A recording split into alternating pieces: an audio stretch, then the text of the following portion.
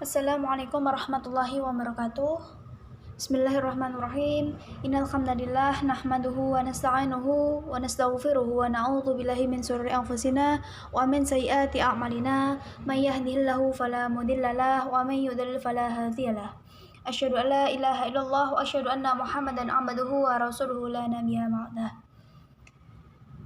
Kami dari kelompok 2 dengan anggota 1 Anissa Rukanifah, NIM 101200143, 2 Evi Lestari, NIM 101200146.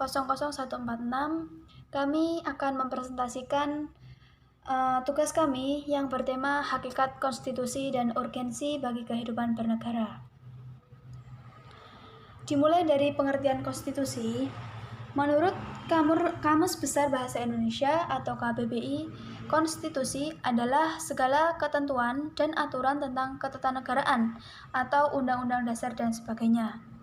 Konstitusi juga dapat diartikan sebagai undang-undang dasar suatu negara.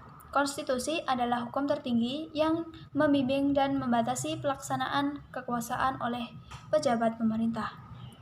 Lazim dipahami bahwa salah satu sendi hukum ketatanegaraan yang paling utama adalah konstitusi. Boleh dikatakan dewasa ini, setiap negara di dunia memiliki konstitusi. Konstitusi berasal dari bahasa Latin, constitutio. Istilah ini berkaitan dengan kata jus atau ius yang berarti hukum atau prinsip. Nah, saat ini bahasa yang bisa dijadikan rujukan istilah konstitusi ada banyak, mulai dari bahasa Inggris, Jerman, Prancis, Italia, Spanyol, Portugis, dan Belanda. Dalam pengertian secara luasnya, konstitusi memiliki makna keseluruhan peraturan baik yang tertulis maupun tidak tertulis yang mengatur secara mengikat tentang bagaimana cara-cara suatu pemerintahan diselenggarakan dalam suatu masyarakat. Pengertian konstitusi dalam praktek ketatanegaraan umumnya dapat mempunyai dua arti. Yang pertama, lebih luas daripada undang-undang dasar. Yang kedua, sama dengan pengertian undang-undang dasar. Kata konstitusi dapat mempunyai arti itu luas daripada pengertian undang-undang dasar karena pengertian undang-undang dasar hanya meliputi naskah tertulis saja. Dan di samping itu masih terdapat konstitusi yang tidak tertulis yang tidak tercakup dalam undang-undang dasar.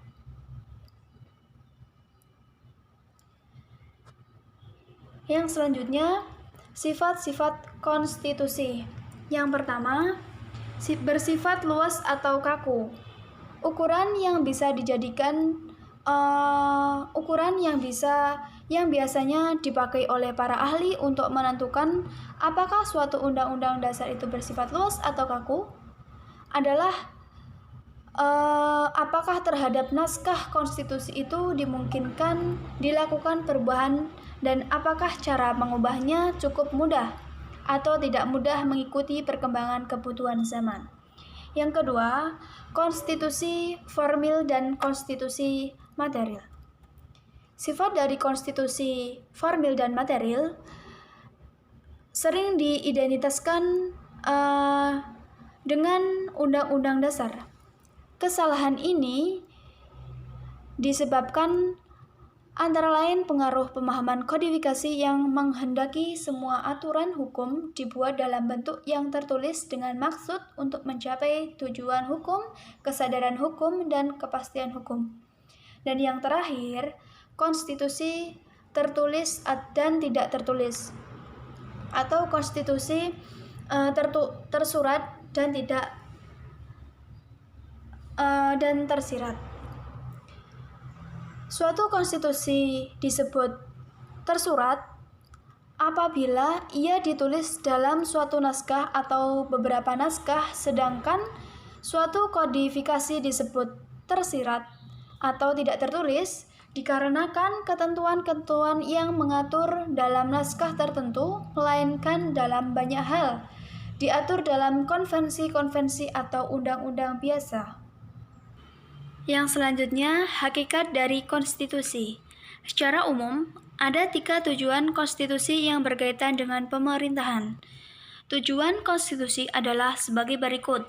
Yang pertama, memberikan kekuasaan penyelenggara negara untuk tidak bertindak sewenang-wenang. Dalam hal ini, konstitusi membatasi kekuasaan penguasa agar tidak melakukan tindakan yang merugikan masyarakat luas. Konstitusi juga berupaya melindungi hak asasi manusia. Dengan adanya konstitusi, maka setiap penguasa dan masyarakat harus menghormati hak asasi manusia dan berhak atas perlindungan dalam menjalankan haknya. Dan yang terakhir, konstitusi juga bertujuan memberikan pedoman bagi penyelenggara negara agar negara dapat berdiri tegak.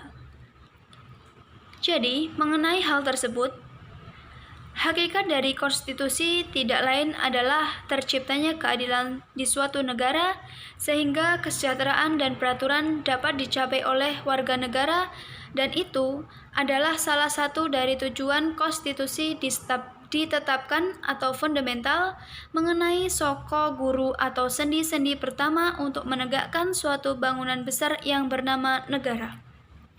Sendi-sendi itu tentunya harus kuat dan tidak akan mudah runtuh agar bangunan negara tetap berdiri. Oleh karena itu, peraturan yang termuat dalam konstitusi harus tahan uji. Jangan sampai sendi-sendi itu memiliki celah-celah untuk disalahartikan atau bahkan diganti oleh pihak-pihak yang tidak menginginkan bangunan suatu negara itu kokoh. Selanjutnya, ada urgensi konstitusi dalam kehidupan bernegara. Bila dilihat dari fungsinya, maka konstitusi dapat dibagi menjadi 5 fungsi. 1. Membagi kekuasaan dalam negara. 2. Membatasi kekuasaan pemerintah atau penguasa dalam negara. 3. Menentukan pembatasan terhadap kekuasaan sebagai fungsi konstitusionalisme. 4. Memberikan legitimasi terhadap kekuasaan pemerintah. 5. Sebagai instrumen untuk mengalihkan kewenangan dari pemegang kekuasaan asal atau baik rakyat dalam sistem demokrasi atau raja dalam sistem monarki kepada organ-organ kekuasaan negara. Terima kasih. Semoga sedikit materi dari kami dapat bermanfaat bagi kami khususnya dan bagi teman-teman semuanya umumnya. Dan jika ada salah-salah kata yang kurang berkenan atau kesalahan dalam pengucapan kalimat, saya pribadi memohon maaf yang sebesar-besarnya, dan jika ada lebihnya itu adalah semata-mata milik kita bersama.